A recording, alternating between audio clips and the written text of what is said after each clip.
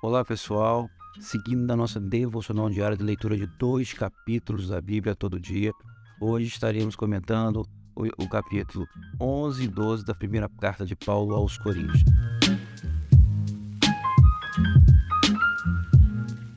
Siga com a gente, se você ainda não está participando conosco da leitura diária da Bíblia, siga conosco. Vai lá no canal, se inscreva se você não está inscrito, marca no sininho a notificação e todo dia nós estaremos comentando 2 capítulos da Bíblia, que é a leitura que nós fazemos diariamente. Esperamos vencer no prazo de 1 ano e meio a leitura completa da Bíblia. E no final do vídeo, se você desejar, vai lá, coloca o teu comentário, porque queremos, pela graça de Deus, se Deus nos permitir, fazer um vídeo resumo daquele livro, ao final da leitura de um livro, e usar os comentários e as dúvidas que vocês colocarem lá no canal. Já vencemos o livro de Atos, já vencemos o livro de Romano e agora estamos caminhando no livro de 1 Coríntios. Vai lá, te incentivo a estar conosco. Você não vai levar mais de 10 minutos por dia de ler 2 capítulos e isso vai nos trazer a graça de Deus todo o tempo da nossa vida. A palavra fala aqui, lâmpada para os meus pés é a tua palavra e luz para os meus caminhos. Te incentivo a seguir comigo nessa leitura da Bíblia. Vamos lá, hoje falaremos sobre os capítulos 11 e 12 da primeira carta de Paulo aos Coríntios. A carta de Paulo aos Coríntios é a carta contemporânea. Paulo pegou uma cidade que a sociedade era muito próxima da nossa hoje em dia. Já falei isso várias vezes, repito e vou insistir. Nada de novo há debaixo do sol. O que se passa hoje já se passou anteriormente. Isso está lá em Eclesiastes. Quando nós chegarmos em Eclesiastes, teremos a oportunidade de falar sobre isso. Então, a sociedade de Corinto era muito parecida com o que está acontecendo. De Corinto, a cidade de Corinto, dos coríntios, era o povo, era muito parecido com o que temos hoje, né? Classes sociais bem distintas, pessoas que viviam no luxo e pessoas que viviam na necessidade. E quando a igreja chega, ela junta todas essas questões culturais e pega esse caldo todo. Além disso, era uma cidade, entre aspas, dita moderna, com pensamentos revolucionários e coisas diferentes dos costumes normais. E Paulo abre a carta falando sobre isso. Porque ele diz o seguinte, eu quero dizer que vocês precisam reter as tradições que receberam de nós. O que Paulo quer dizer com isso? Que a maior parte das tradições humanas, elas são reflexos das coisas celestiais. As tradições e os costumes humanos normalmente vêm, os que duram, eles são um reflexo do que Deus faz no céu, das coisas estabelecidas por Deus no céu. Então essas tradições, elas normalmente refletem o céu sobre a terra, a forma como Deus, refletem a autoridade de Deus na terra. Então é por isso que em muitos textos bíblicos a Bíblia fala assim, retende as tradições, não remove os marcos dos teus antepassados, porque normalmente pela sabedoria e pelo conhecimento de Deus revelado pela natureza, isso vai gerando coisas visíveis, manifestadas pela cultura e pelas tradições. Então a autoridade de Deus, a forma como Deus delega a autoridade, a forma como o homem deve se relacionar entre si, muitas vezes quando elas são manifestadas e são, como vou falar a palavra, elas são materializadas, né, vistas, olhadas através das tradições e das culturas. E Paulo fala sobre isso, e ele toca, na primeira coisa que ele toca, é em relação à autoridade do homem sobre a mulher e a forma como Deus fez isso. Quando Adão caiu, Deus vira para a mulher e fala assim, para Eva, o seu desejo será para o seu marido. Então Paulo fala, olha, as tradições em relação a isso, elas são reflexo dessa questão, da submissão da esposa ao seu marido, em virtude do que aconteceu no Éden. Então ele fala, primeira coisa que eu quero dizer a vocês, a mulher quando ela usa um cabelo comprido e ela está debaixo da autoridade do homem. E esse cabelo comprido que a natureza e as pessoas de per si, né, de si próprio, gostam e aceitam, e elas não se sentem incomodadas com isso, isso é por causa da natureza que Deus estabeleceu de submissão de autoridade. E a coisa vai além, né? Ele fala, então se a esposa quer profetizar ou falar na igreja, ela tem que reconhecer a autoridade do seu marido que está sobre ela. E para fazer isso, ela precisa cobrir a sua cabeça. Ele está falando de uma tradição, de algo cultural. Não estou dizendo que isso seja santo. Ele está dizendo isso é espiritual. Quando ela cobre a cabeça, ela está informando de uma forma inconsciente, mas perceptível pelo Espírito. Por isso que ele fala de anjos aqui. perceptível pelo Espírito, que ela está dizendo assim: eu estou submissa a uma autoridade do meu marido. E ele fala assim: como o homem está sujeito à autoridade de Deus, e ele é o ministro de Deus, ele não deve cobrir a cabeça. Aí você fala: mas por quê? Se a mulher está debaixo da autoridade, ela cobre a cabeça e o homem não? Porque a glória do homem sobre a mulher é uma glória terrena. E sendo que a glória, ou seja, ela cobre a cabeça, dizendo: eu estou debaixo de uma autoridade falha, em que, olha, isso é muito sério, em que eu me envergonho de estar debaixo dessa autoridade, porque não é perfeita. O homem, se ele cobre a cabeça, ele vai dizer: eu me envergonho de Cristo sobre mim, só que Cristo é perfeito. Vocês entendem que ele está falando sobre uma questão de tradição, e que essa tradição e que essa cultura, ela espelha aquilo que Deus estabelece? Aí você observa que no mundo as filosofias, as ideologias, feminismos, outras coisas mais, vêm de encontro a essas tradições. Ela vem querendo quebrar essas tradições. Para quê? Para tirar se as tradições são reflexos das formas como Deus estabeleceu no céu e da consequência da experiência dos homens, da relação com Deus, lá em Romanos, né, que a criação ela manifesta o poder de Deus, Romanos capítulo 1.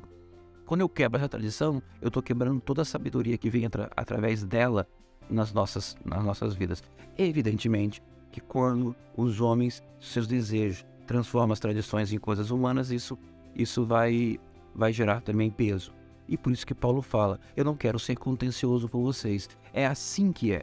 É desta forma que é. A igreja não abre mão de dizer o que é. É assim que funciona. A mulher está sujeita à autoridade do seu marido. A casada, né? Evidentemente que lá atrás, quando nós falamos sobre casamento, lá um pouco antes em Coríntios, ele fala que também a filha está sujeita ao seu pai. Mas ele fala: eu não quero ser contencioso. As tradições servem para testemunhar Cristo. Testemunhar a autoridade de Deus, a forma como Deus se relaciona.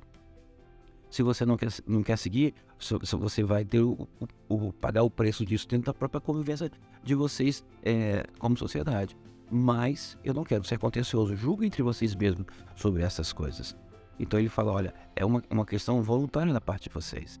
Mas eu quero dizer que tudo isso tem um fundamento. Como o pai, por exemplo, levar a sua filha ao altar ao seu noivo. Ele está entregando a autoridade da sua filha ao marido a qual ela está se desposando. Isso é uma tradição que mostra o quê?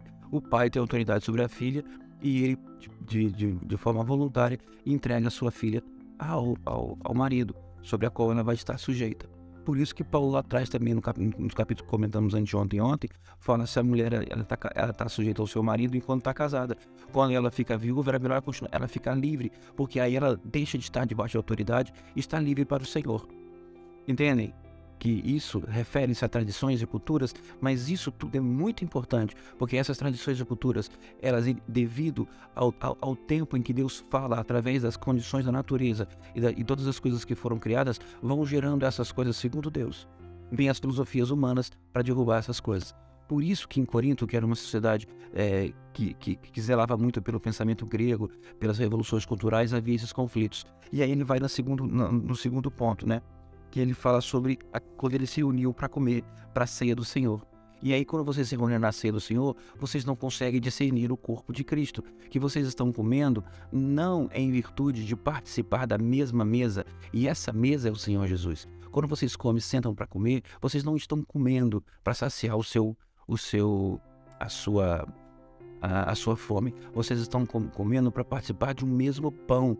E isso é uma representação de que vocês estão participando do pão que é o próprio Senhor Jesus Cristo. Aí ele dá a instrução para mostrar para ele que Jesus já tinha mostrado, que quando nós sentamos na mesa, nós sentamos com pessoas íntimas, nós sentamos com pessoas que partilhamos a mesma referência. E Jesus fala assim: eu vou aproveitar isso da cultura de vocês, que mostra como Deus reúne vocês em família, todas as famílias da terra, todas as nações, e vou usar isso para mostrar que vocês são um corpo. Então vocês precisam se reunir e vocês precisam comer, mas em memória de mim. Aí Paulo dá as instruções quanto à ceia. E ele fala: isso vai além. E quando vocês partiram da mesma mesa, vocês não estão ali para fazer festa, nem para se esbaldarem em banquete. Porque ele fala: vocês erram. Aí vem o nosso dado contemporâneo. Havia várias classes sociais na Grécia, como há hoje na nossa sociedade. E na igreja elas se reuniam. Existe gente rica e gente pobre. E ao invés deles cuidarem uns dos outros, eles começavam a cada um fazer do seu jeito, e havia divisão na igreja. Evidentemente as pessoas que eram pobres estavam reclamando dos ricos que estavam, uns ficando com fome e outros ficavam bêbados. Então veja que o mundo tentava penetrar na igreja com os seus costumes e derrubar as tradições que vinham de Deus. E Paulo fala, não é assim. Quando vocês sentam para discernir o corpo. E se vocês não estão discernindo o corpo de Cristo, isso não é uma relação de clã ou familiar. Isso é o próprio Deus entre vocês. E se vocês não discernir isso, vocês vão pagar o preço na própria carne de vocês, através de doenças, de morte e outras coisas mais que estão acontecendo entre vocês. Por isso que vocês estão passando essas necessidades. Vocês precisam discernir as coisas. Vocês precisam entender como funciona. E ele fala, é fácil, porque isso está marcado no teu espírito. Da mesma forma que ele citou, né, a questão do cabelo, ele fala, julgar entre vocês, não é apropriado a mulher agir assim? Ou seja, aquilo estava intrínseco na alma e no espírito. Da mesma forma, as coisas que a gente se relaciona com Deus estão intrínsecas na nossa alma e no nosso espírito. E aí ele fala sobre os dons espirituais na igreja, no capítulo 12. Ele fala, da mesma forma que vocês são um corpo, que se reúnem e sentam para partilhar da mesma mesa, nesta mesa Deus separa também serviços, dons e realizações.